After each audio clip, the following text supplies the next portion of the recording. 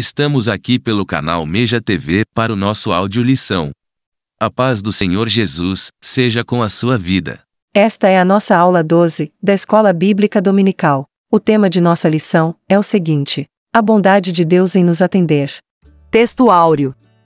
Se vós, pois sendo maus, sabeis dar boas coisas aos vossos filhos, quanto mais vosso Pai, que está nos céus, dará bens aos que lhe pedirem. Mateus 7, versículo 11. Verdade prática. Deus é um Pai amoroso, que concede aos seus filhos aquilo que realmente é bom para eles. Leitura bíblica em classe. Vamos ler o Evangelho de Mateus, capítulo 7, do versículo 7 ao 20. Muito bem, eu passo a ler. Pedi, e dar-se-vos-á, buscai e encontrareis, batei, e abrir-se-vos-á. Porque aquele que pede recebe, e o que busca encontra, e ao que bate, se abre. E qual dentre vós é o homem que, pedindo-lhe pão ao seu filho, lhe dará uma pedra? E, pedindo-lhe peixe, lhe dará uma serpente? Se vós, pois, sendo maus, sabeis dar boas coisas aos vossos filhos, quanto mais vosso Pai, que está nos céus, dará bens aos que lhe pedirem. Portanto, tudo o que vós quereis que os homens vos façam, fazei-lo também vós, porque está é a lei e os profetas. Entrai pela porta estreita, porque larga é a porta, e espaçoso, o caminho que conduz à perdição, e muitos são os que entram por ela. E porque estreita é a porta, e apertado, o caminho que leva à vida, e poucos há que a encontrem. Acautelai-vos, porém, dos falsos profetas, que vêm até vós vestidos como ovelhas, mas interiormente são lobos devoradores. Introdução.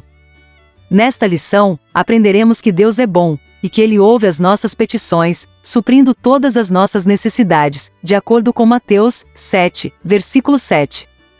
Veremos também que aqueles que entraram pela porta estreita, conseguem viver segundo os preceitos de Deus, propostos por Cristo, no Sermão do Monte. O Senhor é bom, e aqueles que têm uma vida de comunhão com Ele, e procuram viver cheios do Espírito Santo, examinando a palavra, não serão jamais enganados pelos falsos profetas. Ponto 1. A bondade de Deus. Subponto 1. Definição de bondade. A palavra bondade é definida como qualidade, ou caráter de bom, boa índole, benevolência, brandura e boa ação. Filosoficamente, a bondade é descrita como sendo o princípio mais elevado da moral. Na visão grega, a benignidade era vista como o mais sublime atributo. Assim, a bondade no aspecto filosófico é vista como um valor que é atribuído à ação de uma pessoa. A bondade é um dos atributos de Deus, mas não do homem. O apóstolo Paulo declarou: Porque eu sei que em mim, isto é, na minha carne, não habita bem algum, e, com efeito, o querer está em mim, mas não consigo realizar o bem. Romanos 7. Versículo 18.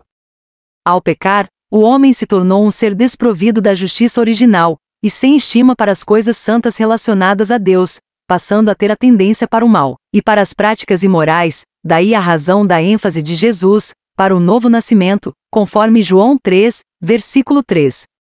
Somente entrando pela porta estreita, e pelo caminho apertado, poderemos desfrutar da graça divina, e ter a nossa natureza transformada para, de fato, fazermos o que é bom. Subponto 2. A bondade de Deus no aspecto bíblico. Nas Escrituras Sagradas, a bondade é definida como a qualidade do que é bom. Deus é bom por natureza, por isso João disse que Ele é amor, e fonte de toda a benignidade, de modo que podemos expressar que o real e verdadeiro bem é transcendente, e está em Deus. O texto de Mateus 19, do versículo 16 ao 26, mostra a pergunta do jovem rico, a respeito da vida eterna. Bom mestre, que bem farei, para conseguir a vida eterna? Então Jesus pergunta: Por que me chamas bom? Jesus deixa claro ao jovem que a salvação não vem por meio de boas obras, se estas não forem acompanhadas pela fé e pelo amor a Deus. A fé e o amor são implantados em nossos corações mediante a ação do Espírito Santo. Subponto 3. A bondade de Deus no aspecto teológico. Teologicamente, o termo bondade é amplo e envolve santidade, retidão, verdade, amor, benevolência, graça e misericórdia. Logo, fica evidente que apenas o Deus da Bíblia é verdadeiramente bom. podemos ver a bondade dele no seu amor para conosco. Amor que revela a perfeição divina. Também podemos ver a benignidade do Senhor no seu cuidado para conosco, atendendo às nossas necessidades. O Senhor é bom, e a sua graça é dispensada até para os que não merecem nada. Mesmo sendo imperfeitos, jamais daríamos aos nossos filhos uma pedra por pão, ou uma serpente por peixe. Então, o que o Deus bondoso não fará em nosso favor, se pedirmos tudo em oração, segundo a sua perfeita vontade? Ponto 2. Há dois caminhos para escolher. Subponto 1. A porta e o caminho no aspecto bíblico. Ao apresentar as figuras da porta e do caminho no Sermão do Monte, Cristo estava dando ênfase à ação de se iniciar algo novo, uma nova comunhão. A porta fala de acesso a uma nova e viva experiência com Jesus, e o caminho é a nova conduta adotada por aqueles que abandonaram a trilha do pecado e agora seguem o melhor e único caminho. É importante atentar para os costumes da época, em que Cristo fez menção à porta e ao caminho. É bem possível que, ao mencionar estes termos, ele estivesse pensando na cidade de Jerusalém, pois as cidades, em sua maioria, eram muradas, e tinham algumas portas largas e outras estreitas. No período noturno as portas grandes eram fechadas, permitindo apenas que ficassem abertas as portas estreitas. Essa portinhola era chamada de fundo de agulha, e quem desejasse passar por ela teria de fazer muito sacrifício. Às vezes, a passagem de um camelo com mercadoria por meio dela era impossível, sendo necessária a retirada da bagagem, e ainda assim, a pessoa teria que passar ajoelhada. Foi nessa condição que Jesus afirmou que estreita é a porta, e apertado, o caminho que leva à vida, e poucos é que a encontrem. Subponto 2. O que as duas portas e os dois caminhos ilustram para nós? A porta estreita é a que conduz à vida eterna. Jesus estava mostrando que há um único caminho que pode conduzir o pecador, à vida eterna com Deus. Os atos religiosos e as boas obras não podem levar o homem ao céu. Somente a fé em Jesus Cristo poderá conduzi-lo à vida eterna com Deus. Certa vez, Jesus declarou: Porfiai por entrar pela porta estreita, porque eu vos digo, que muitos procurarão entrar e não poderão. Lucas 13, versículo 24. O verbo porfiar no grego significa esforçar-se com zelo extremo, empenhar-se em obter algo. Isso fala do desejo daqueles que querem andar no caminho estreito, que anelam ter um novo caráter e a vida eterna com Deus. Subponto 3. A escolha entre os dois caminhos. Neste mundo só há dois caminhos a serem percorridos, o da vida e o da morte, como bem falou o profeta Jeremias.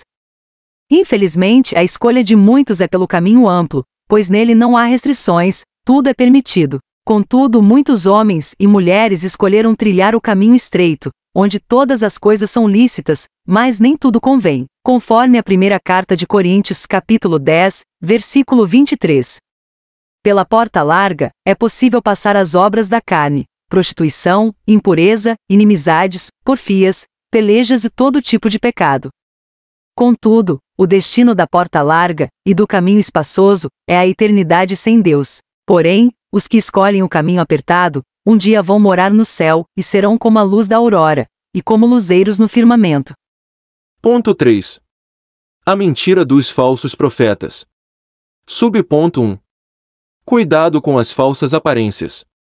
Na advertência de Cristo contra os falsos profetas, o Mestre alerta a respeito da importância de estarmos sempre vigilantes, pois, além de perigosos, e de seduzirem outros ao erro, os falsos profetas são lobos disfarçados de ovelhas.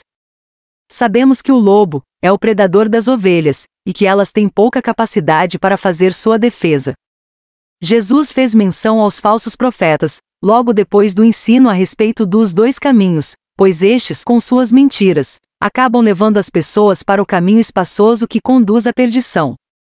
O crente precisa ter todo o cuidado, e estar constantemente em oração, buscando discernimento espiritual, para não ser iludido pela boa oratória, e as palavras bonitas, dos que se dizem profetas, mas não são.